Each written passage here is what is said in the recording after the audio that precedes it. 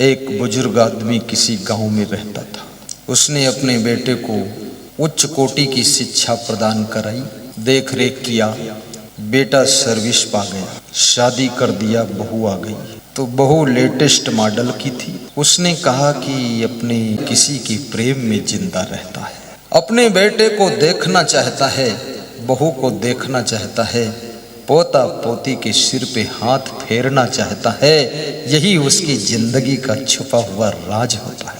घर से बाहर मत निकालो, भले उनको आप कम रोटी खिला दो, लेकिन निभा लो। पति ऐसा था, वो पत्नी के बस में आ गया और आज्ञाकारी हो गया। अपने बूढ़े माँ बाप को ले जाकर वृद्धाश्रम में छोड़ दिया। जब वहां से लौट रहा था तो पत्नी का फोन मोबाइल पहुंचा और रास्ते में पति था, वापस आ रहा था। पत्नी ने पूछा, छोड़ दिया वृद्धाश्रम? बोले छोड़ दिया। तो बोले कि होली दिवाली त्योहार में भी आने के लिए मना कर दिया कि नहीं? बोले मना तो नहीं किया। तो बोले मना भी कर दो जाकर, हम लोग खुद ही होली दिवाली में वही मिल लेंगे, इधर मत आए। तो पति मना करने गया। जब मना करने गया तो वहां क्या देखा, जो देखा तो आश्चर्य में डूब गया कि बूढ़े माँ बाप वृद्धाश्रम के मैनेजर के साथ बैठे हैं, हंस हंस करके बातें कर रहे हैं। उनको दुख नहीं है कि मुझे यहां छोड़ गया मेरा लाल, हंस हंस कर बातें कर रहे। तो उस बेटे ने जब ये देखा दृश्य तो उसको ऐसा लगा कि कहीं ना कहीं कोई गलती मुझसे क्या हुई, ये हंस क्यों रहे? इनको यहां छोड़ गया, इनको दुखी होना चाहिए था, ये हंस क्यों रहे? तो पूछा, मैनेजर साहब मेरे मम्मी पापा के साथ तुम हंसते क्यों हो, और ये तुम्हारे साथ बातें कर करके हंस क्यों रहे? तो उन्होंने कहा, सच बता दूं कि झूठ बताऊं? बोले सच बताओ। बोले सच ये है बेटा, आज के 25 वर्ष पहले तुम इसी अनाथ वृद्धाश्रम में आए थे। कोई तुम्हें छोड़ गया था, 3 साल के थे तुम। तब यही बूढ़े माँ बाप तुमको अपना पुत्र मान करके यहां से अपने घर ले गए थे, और इन्होंने पाल पोस करके, शिक्षा दिला करके, सर्विस दिलाकर, शादी करके तुमको सनाथ बना दिया। और तुम इतने दुष्ट निकले कि सनाथ बनाने वाले माता पिता को तुमने अनाथ बना दिया, यहां डाल गए। हम लोग इसलिए हंस रहे थे कि ये दुनिया क्या चीज है। तो उसको ठेस लगी, धक्का लगा। बोले क्या बात कह रहे हो तुम? मैं ही अनाथ आश्रम यहां था मैं। बोले तुम थे यहां, तुमको कोई छोड़ गया था। तुम्हें पैदा करने वाले ये माँ बाप नहीं है, ये पालन पोषण करने वाले हैं। तुम्हें जन्म देने वाला तो बचपन में ही फेंक गया था। उस नवयुवक के आंखों में आंसू भर गए। उसने कहा, पिताजी अब घर वापस चलो, मैंने बहुत पाप किया, गलती किया। माँ उठो, तुम कुछ भी हो लेकिन आप घर में रहो। तो उसके माँ बाप ने कहा, बेटा मैं तेरी वजह से यहाँ आया नहीं हूँ, तेरे वाइफ की वजह से मैं आया हूँ। तू ले जाएगा लेकिन वो फिर दुख देगी, उससे बेहतर है अब एक बार यहाँ सेट हो गए, अब यहीं रहने दो। मैं यहाँ भी खुश हूँ, जिस भांति हूँ खुश हूँ। अब घर की आस टूट गई है, अब इसी अनाथ आश्रम में जहाँ तू अनाथ था, अब वहीं अनाथ होकर मैं रह लूँगा। ये बहुत विचित्र संसार है। कभी कभी तुम याद करना कि तुम्हारे गार्जियन, संरक्षक तुम्हारे लिए कितना कष्ट उठाए होंगे। कोई गुरु आश्रम बनाता है, बहुत तपस्या करके, मेहनत करके आश्रम बनाता है, और शिष्य जब आते हैं तो बने हुए आश्रम में साधना करते हैं। लेकिन ये गुरु का उपकार मानो कि बना हुआ प्लेटफार्म दिया है। हमारे गुरु ने जो आश्रम बनाया है, तो आश्रम के जो संचालक है गुरुमन देव महाराज, पैसों की कमी थी आज के लगभग 55-60 वर्ष पहले की बात है। तो अपने हाथ ट्रैक्टर ट्राली चलाकर ले जाते थे ईंट भट्ठा पर और ईंट भर के लाते थे। और मेरे गुरुदेव वो ट्राली में भरी हुई सब ईंटें एक बार में झुकते थे, सब उलझ देते थे, तब कमर सीधी करते थे। आश्रम के कोठारी वहाँ की नींव खोदते थे। ऐसा करके 3 मंजिला आश्रम बनाया। वह केवल 3-4 लोग थे, इतना बना दिया बड़ा।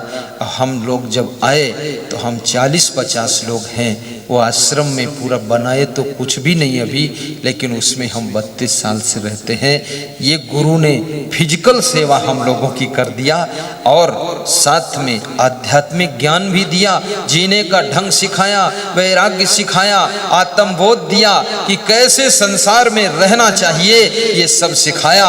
और स्वयं तो जो है सो है महान, लेकिन हमको अपने से भी ज्यादा महान बनाया। ये हमारे गुरु क्षमादेव महाराज हैं। सब शिष्यों का ध्यान रखते हैं। अभी उनकी उम्र 98 साल है।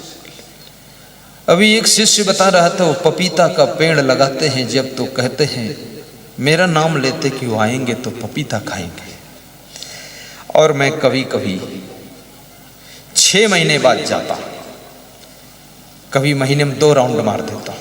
जब चांस मिलता तुरंत पहुंचता हूं और नहीं भी पहुंच पाता हूं। अभी गाडरवाड़ा के एक भक्त गोविंद ने हमें गुड़ दिया है। गुड़ होता ना यहाँ गन्ने वाला, तो बोले आपके लिए गुड़ लाया हूं। मैंने कहा खुद बनाया तुमने? बोले खुद बनाया। तो मैंने संतोष से कहा इसको पैक करो, एक इसकी डबल पैकिंग लगाओ, ऊपर बोरिक पैकिंग लगाओ और टाइट बांधो और इसको पूरा सील करके हमारे गुरु महाराज के पास पहुंचना चाहिए। हम इसमें से नहीं खाएंगे ताकि वह इसका भोग लगाएं, देसी गुड़ खाएं। तो यहाँ से हम उनके लिए गुड़ भेजवा देते हैं। कोई तिल के लड्डू लाता वो वहाँ भेजवाते हैं। यहाँ से लगभग 1200 किलोमीटर होगा। जब कोई जाता है उसको पैक करके देता हूँ, गुरु जी को दे देना। अपने घर के बुजुर्गों का ख्याल रखो। तुम्हारे पास में कभी यश की कमी नहीं रहेगी, लक्ष्मी की कमी नहीं रहेगी। तुम्हारा नाम भी बहुत होगा, काम होगा, धनधाम होगा और जो मन में ठान लोगे वही सब रिजल्ट आएगा। इसलिए बुजुर्गों का सम्मान करना चाहिए। बूढ़ी माँ के पैर छू लो। मैं एक बात सोचता हूँ, विवाह में ऐसे मुझे तो जाना पसंद नहीं और मैं जाता भी नहीं हूँ। कभी कभी लोग झूठ बोलकर 32 साल के सन्यास में 2-3 बार झूठ बोलकर वहाँ पहुँचा दी है। तो मैंने वहाँ एक चीज़ देखी, विवाह तो एक दुल्हन दूल्हे का होता है, लेकिन वहाँ जितने लड़के आते हैं, लड़कियाँ आती हैं, वो कोई दूल्हा दुल्हन से कम सज धज कर नहीं आते। तो मैंने सोचा ये क्यों सज धज कर आई, इनका विवाह तो है नहीं। तो एक आदमी ने कहा ये इनका विवाह नहीं है, लेकिन ये विवाह के उम्मीदवार हैं। इनको भी इनमें चुनाव जीतना है, इसलिए तैयारी कर रहे हैं। अब वहाँ इतना फैशन है, वहाँ साधु संत के जाने लायक माहौल नहीं है, हुल्लड़ मचा हुआ है। जिस समय भगवान श्री राम के विवाह समारोह में विश्वामित्र, वशिष्ठ आदि सब, सदानंद आदि बैठे थे, वो सात्विक विवाह होते थे। आजकल के विवाह बड़े हुल्लड़ के हो गए हैं। वहाँ साधु संत को तो शर्म लग जाएगी।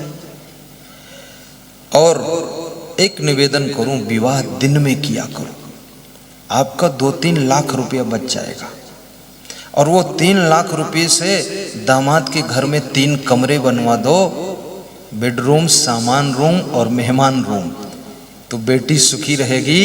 ये लाइट के चमक दमक में 3-4 लाख जो बर्बाद करते हो, उससे बेहतर है दिन में प्रोग्राम करो। और प्रोग्राम का टाइम मैं बता देता हूँ, सुबह 11 बजे से शाम को 3 बजे तक रखो, 4 घंटे में फाइनल। उसमें ज़्यादा मंत्र वंत्र नहीं, थोड़ा पंडित जी को 200 रुपये ज़्यादा दे दो, कह दो शार्ट में मार दो यार तुम।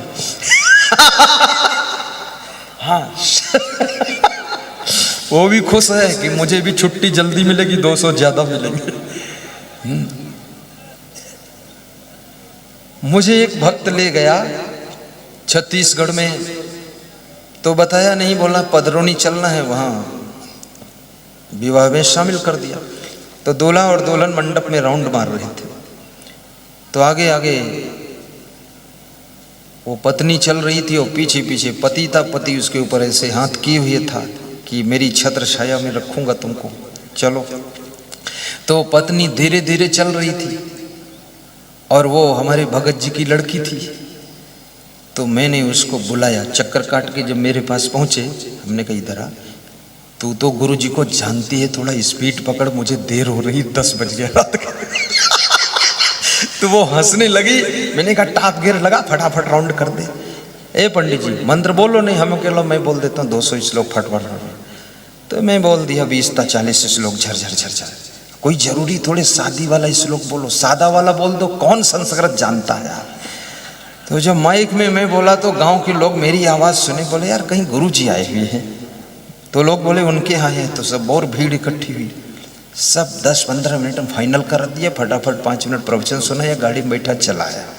तो ये दिन में करो, अनर्गल खर्चे मत करो और किसी को रुतबा मत दिखाओ।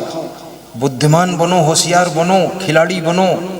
वो पैसा बर्बाद करने के बजाय बेटी को नई कार ला कर दो। और पैसे कम पड़े तो अपने दामाद के बाप से समधी से ले लो कि 2 लाख तू लगा, 3 लाख मैं लगाता हूँ, कार ले जा। मिला जुला के कार दे दो और बेटी को कार से भेजो। अब तुम कार क्या दोगे जो तुम खुद ही अहंकार में बैठे हो। सब धुआंधार खाम खाम भड़भड़ मचा रखा है लाइट फाइट का, इतना हुल्लड़बाजी, रात में सोना हराम है लोगों का। करो ही मत, दिन में करो। 11 बजे स्टार्ट किया, भोजन खिलाया 1-2 बजे, 11 बजे नाश्ता दिया और 3 बजे फाइनल विदा किया। और कोई लाइट फाइट जनरेटर का ज़्यादा काम नहीं, छोटा माइक चला दिया और पंडित जी को 500 रुपये ज़्यादा दे दो और लोगों को माल खिलाओ, सबको विदा करो। रात का झंझट खत्म करो, कचरा गंज खत्म, भीड़ भाड़ खत्म, सब अपने घर जाएं, वहीं नहाए धोएं, लेटरिन बाथरूम करें। तुम्हारे घर में खाम खा भीड़ भाड़ मची। ये होशियारी सिखा दी आपको। अब करना ऐसा, देखना।